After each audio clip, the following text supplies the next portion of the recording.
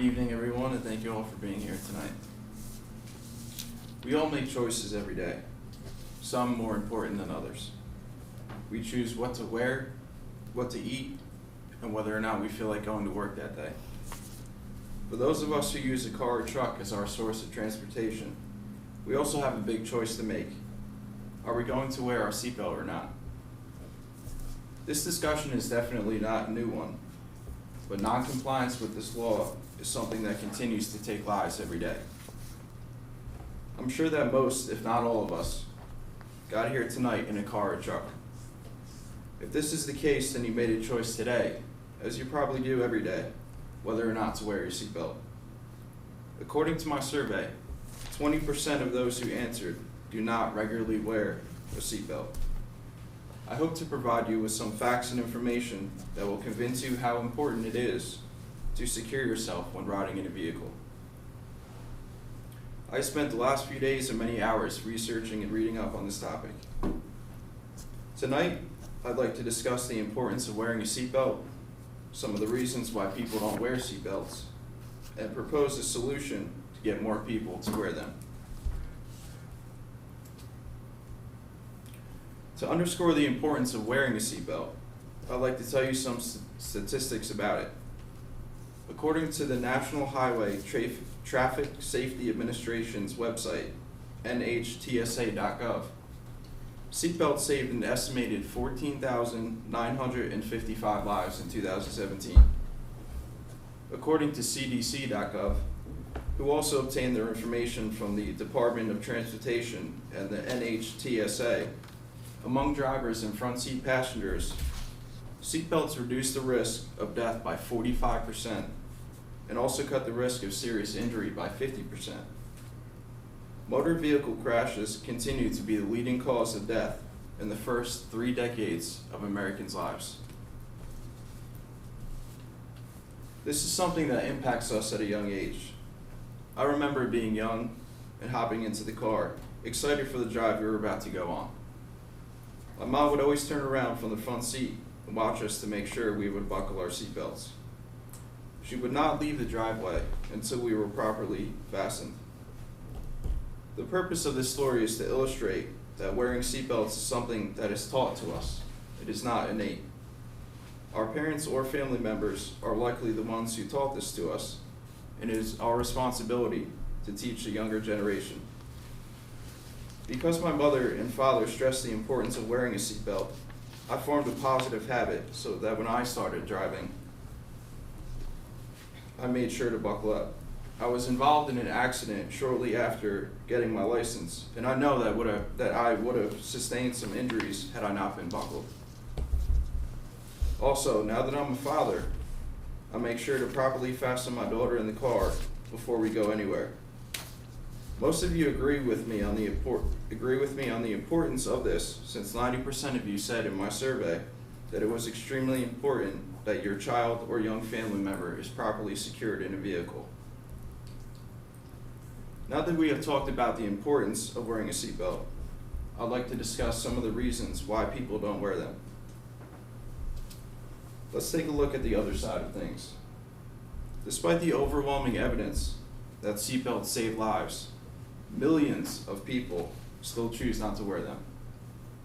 Also per CDC.gov, 53% of drivers and passengers killed in car crashes in 2009 were not wearing restraints.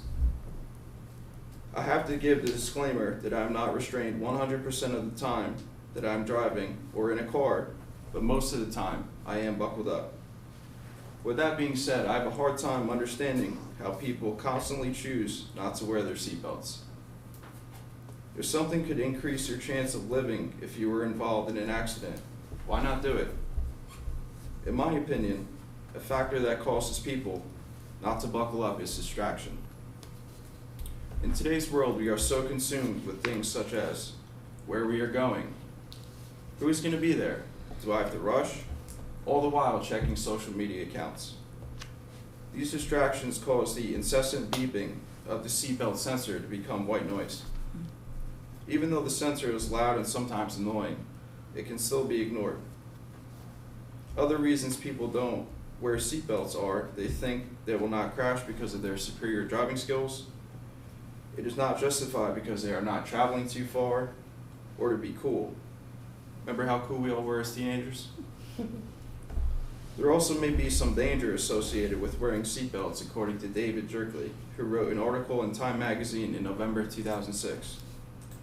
He referenced a study done by John Adams, risk expert and emeritus professor of geography at University College London.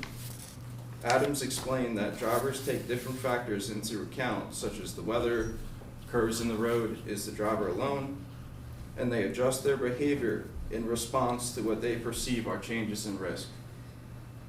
Adams's point was that drivers who feel safe may actually increase the risk that they pose to other drivers, pedestrians, etc. So far, we have talked about the importance of wearing a seatbelt and some of the reasons why people don't wear seatbelts. Now I'd like to propose a solution to get more people to wear them. In my survey, I asked, in Pennsylvania, if a driver is 18 or older, can a police officer stop them for not wearing a seatbelt? 90% of you answered yes. During my research, I was shocked to learn from cdc.gov that in Pennsylvania, seatbelt laws are a secondary enforcement law for motorists that are 18 and older. This means that an officer can only issue a seatbelt ticket if the driver has been pulled over for some other offense. They cannot be pulled over for solely not wearing their seatbelt.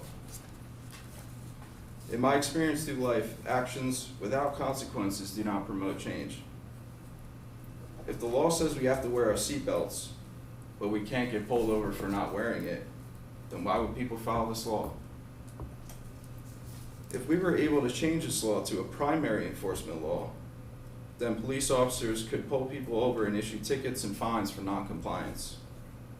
I believe this would increase the number of people who buckle up because it would offer some kind of penalty, and it could also potentially save more lives.